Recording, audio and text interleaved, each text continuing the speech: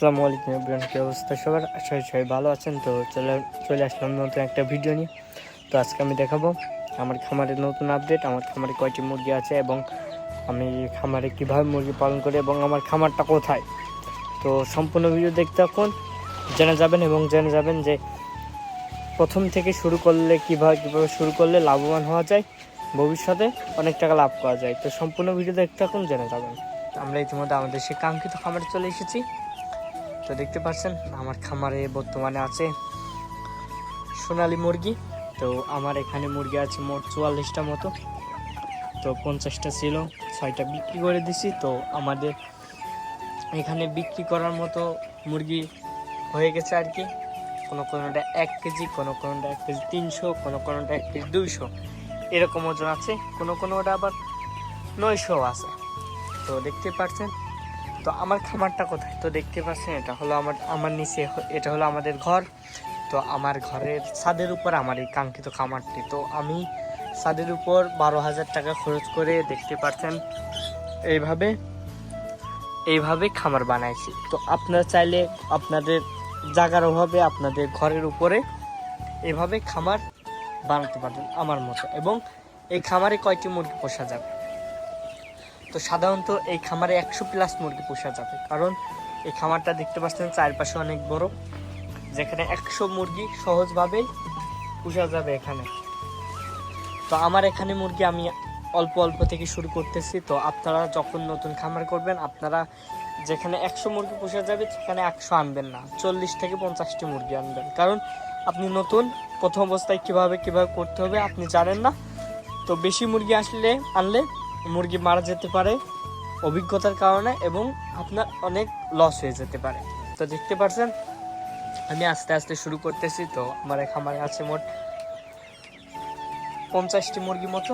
তো 1 কেজি করে প্রায় হয়ে গেছে। তো আপনারা এভাবে চাইলে 12,000 টাকার মধ্যে খামার তৈরি করতে পারবেন। এবং আমার খামারে কি কাজ করি? তো আমি খামারে প্রতিদিন 3 বেলা পানি চেঞ্জ করি, পরিষ্কার পানি দিই, পরিষ্কার খাবার দিই, পরিষ্কার রাখি। তো আপনি যত মুরগির পরিষ্কার রাখবেন, মুরগি তত ভালো থাকবে, তত সুস্থ থাকবে।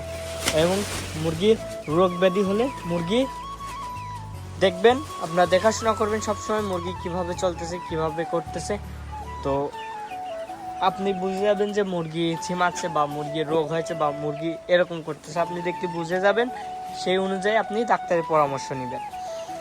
তো এবং আপনি প্রচুর খেয়াল করতে হবে মুরগির হাঁটা চলা, মুরগি কীভাবে খাচ্ছে নাকি, কীভাবে বাথরুম করতেছে, সব কিছু আপনি খেয়াল রাখতে হবে। না হলে আপনার মুরগি সহজে রোগ আক্রান্ত হবে। তো আর নতুন অবস্থা আনায় মুরগিটি বোর্ডিংয়ে দেবেন, অর্থাৎ 5 থেকে 7 দিন আপনার বোর্ডিং দেবেন, যাতে বাচ্চা সঠিক তাপমাত্রা পায়। বাচ্চার সঠিক তাপমাত্রা হলো 35 ডিগ্রি। তো আমার মুরগি দেখতে পাচ্ছেন আল্লাহর রহমতে সুস্থ সবল আছে।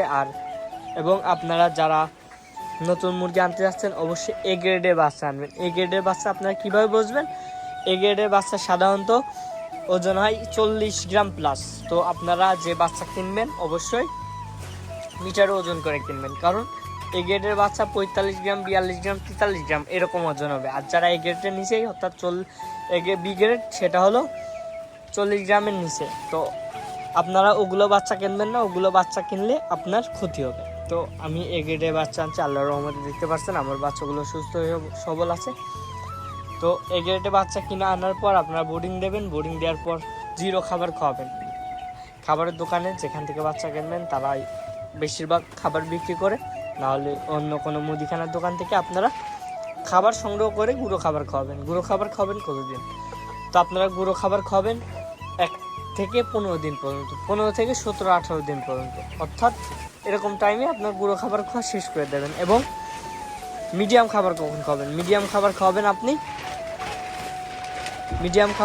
আপনি 18 দিন পর, 25 দিন দামা। তো 25 দিন পর আপনার মুরগি স্বাভাবিক হয়ে যাবে, সোনালী মুরগির কথা বলছি, স্বাভাবিক হয়ে যাবে।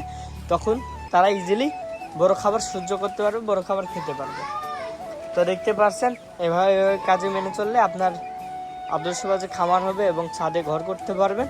তো এই ছিল আজকের আপডেট। তো কী কাজ করলে কী নতুন আপডেট আমার মুরগি খামার, এবং কী করলে মুরগি ভালো থাকবে। মুরগি নতুন করে আপনারা যারা মুরগি আনতে যাচ্ছেন বা খামার করতে চাচ্ছেন কী কী করবেন প্রথম থেকে শেষ অবস্থায় সব জেনে গেলেন। তো ভিডিও কেমন লাগছে অবশ্যই বলে যাবেন।